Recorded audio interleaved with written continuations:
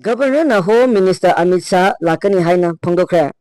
Ngasi Raj Bhavan da pangthokhiba Indian Red Cross Society Senapati District Branch da ambulance ama khusinabagi thoramda Governor Anusuya Okena Union Home Minister Amit Shah na hojik oiba phibam asigi waroisin puraktuna mausagi phibam da hanlaknaba gi damak Manipur da lakani haibagi achetpa wafam phongdokre.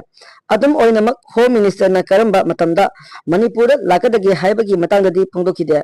Thoram asida saruk yachibi Governor na handak mahakna Delhi da chatuna President gi Draupadi Murmu yauna Home Minister Amit Shah amasung Finance Minister Nirmala Sitharaman ga unakibasingsu nisingladuna Manipuri khongchatta mayongnariba miyamgi pifam thokpa tengbang pibinabasu haijaramle.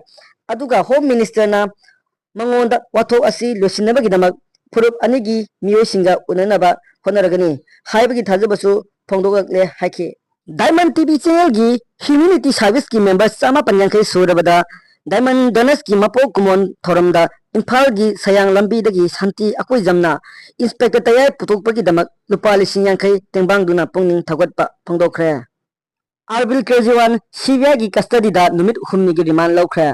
Haujuna chanahan ki draba matam amagi Delhi liquor policy gi scheme ga mari lenena hauke mas kunga mathoida Enforcement Directorate Idina Pabdagi Tihar Zelda Thamlakiba Delhi gi Chief Minister Arbil Kejriwal gi mathakta Central Bureau of Investigation CBI na lokatpa case ka mari lenena mahaku phabada ayaba pibna hajar kibdagi Delhi gi Rounds Avenue Court na ayaba pikibagi matung ina ngarang Tihar Zeldagi pharaba matungda ngasi mari leinaba court amada putoklaba matungda mahakpu CBI custody da numit humni gi remand lauthakre.